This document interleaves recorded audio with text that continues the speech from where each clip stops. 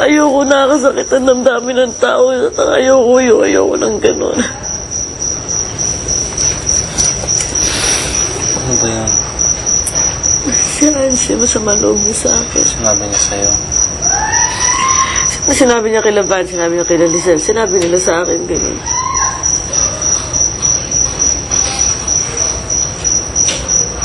Ayoko lang talaga may sumasama yung loob sa akin.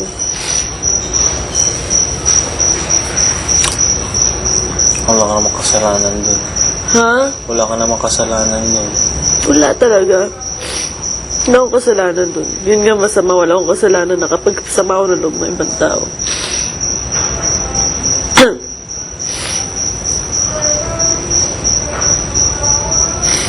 Hirap ng gandong feeling.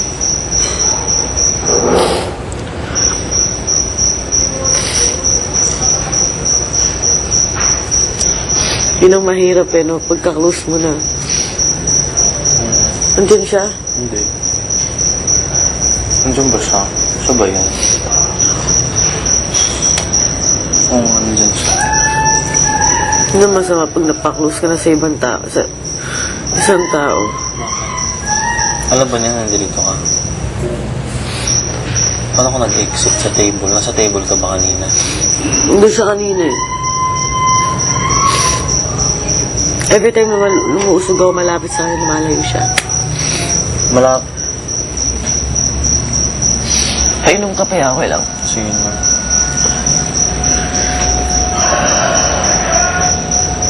Natapang na yan. Natapang. Okay lang.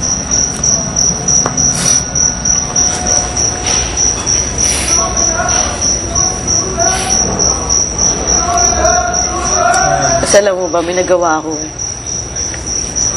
Before nun sabi ko, I got your back. Tawag mo sa kanya. Yeah. Kasi na-realize ko, ang dami-dami. So, sigurado, maliligtas siya. Sigurado. Paano pa pag kayo naglaban? Ano na? Puro dami super fans niyan.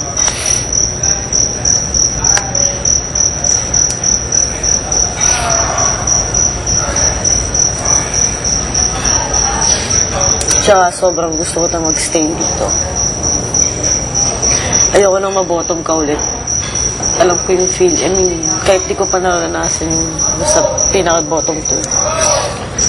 Alam ko yung feeling nun. 4 times. Masyado ka ng ano eh. I mean, everyone parang everyone gets the chance. Kailangan din niya makuha yan. Hindi pwedeng laging ganyan, di ba?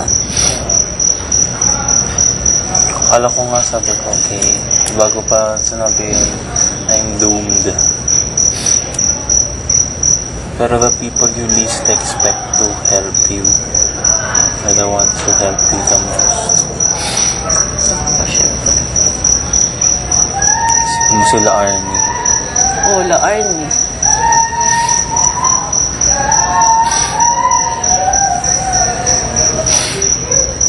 Kami kasi nakakita. Yun nga eh, masama. Isa pa yung dahilan. Na-expect na ni Hansen na buboto ko siya. At alam niya kung nararamdaman ko towards him. Hindi ko pa pabayaan niya sa kanya mga ganyang bagay. Yun yung masama dun eh. Alam ko, never akong mabuboto ni Bugoy. Alam kong never ako mabuboto ni Van. So, Si Lizelle. problema si Lizelle kanina kung ano. Nasa may 1% na naguboto ako o hindi. Pero mas malamang talaga siya. Kasi kilala naman si Sen na alam mo yun. Mahilig kapag magkaroon ng intimacy sa ibang tao na gusto niya mag-establish ng friendship sa lahat. Ayun naman talaga personality at wala namang fake sa pagiging ganun niya. Eh ako, ano pa. Hindi mo ko na-expect.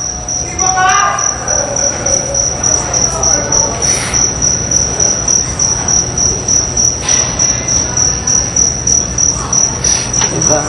Kita ko yung mukha mo nun, natuwa talaga ako. Hindi ka.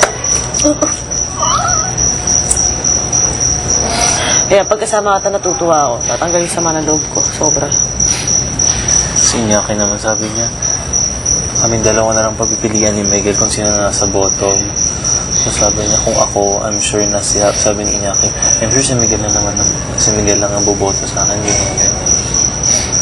Ayun na yung isip ko. Pero kapag ako nasa bottom, I'm sure si Iñaki lang ang boto.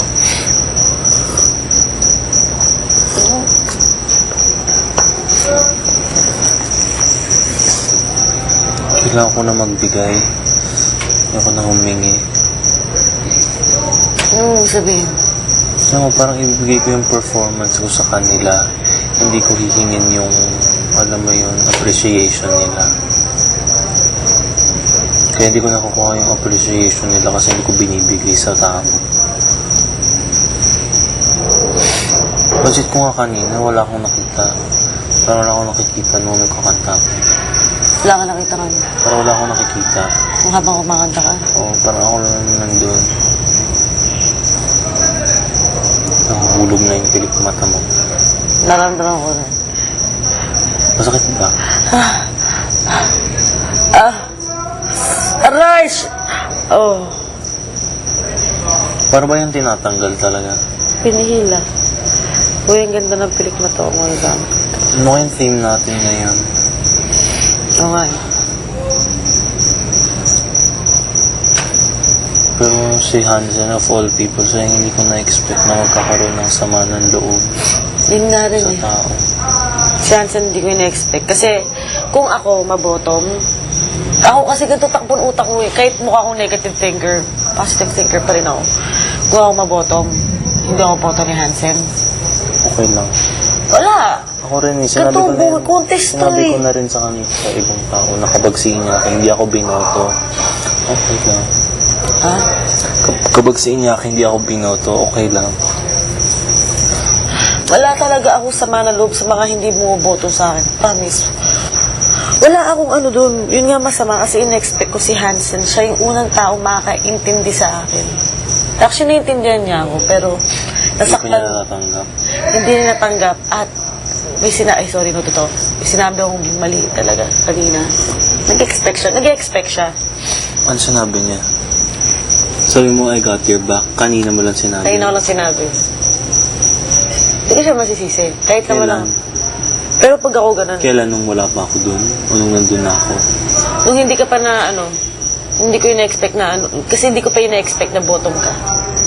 Hindi ko pa alam na bottom ka. Expected mo na bottom ka? Na bottom ako?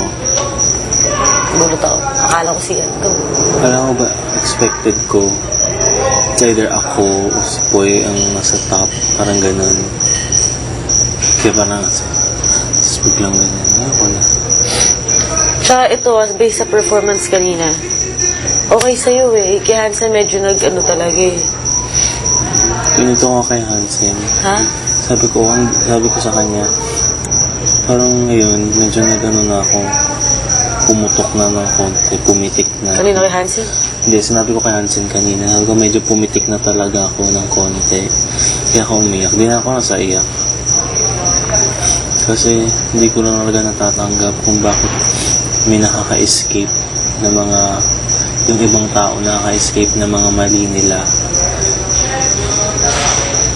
Tapos parang ako nanin ako, alam ko konti lang yung mali ko. Bakit ako nasa bottom? Hindi naman sa ayaw ko nasa bottom 3 ka. In-expect ko nga na nasa bottom 3 ka. Ay, bottom 3. Nasa